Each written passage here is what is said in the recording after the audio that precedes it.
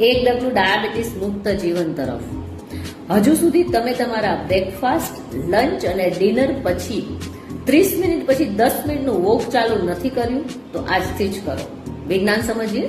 જ્યારે આપણે ભોજન લઈએ છીએ ત્યારે આપણા બ્લડની અંદર શુગર સ્પાઇક થાય છે. આ શુગરને કેરી કરીને લઈ જવાનું હોય છે સેલ સુધી અને ત્યારે આપણે ઇન્સ્યુલિનની જરૂર પડે છે. પણ જો વચ્ચેના પીરિયડમાં તમે મૂવમેન્ટ કરી લેશો તો આ જે શુગર વધેલું છે એનર્જીમાં કન્વર્ટ થઈ જશે ને ઓછા ઇન્સ્યુલિનની જરૂર પડશે.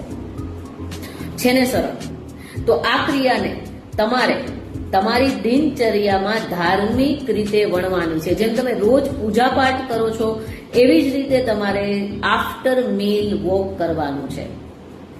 જેમને ડાયાબિટીસ છે એમને ફટાફટ શેર કરો, કારણ કે એક નાનકડો બદલાવ તેમના બ્લડ શુગરની અંદર મોટો ફેરફાર લાવશે. વધુ માહિતી માટે ફોલો કરો.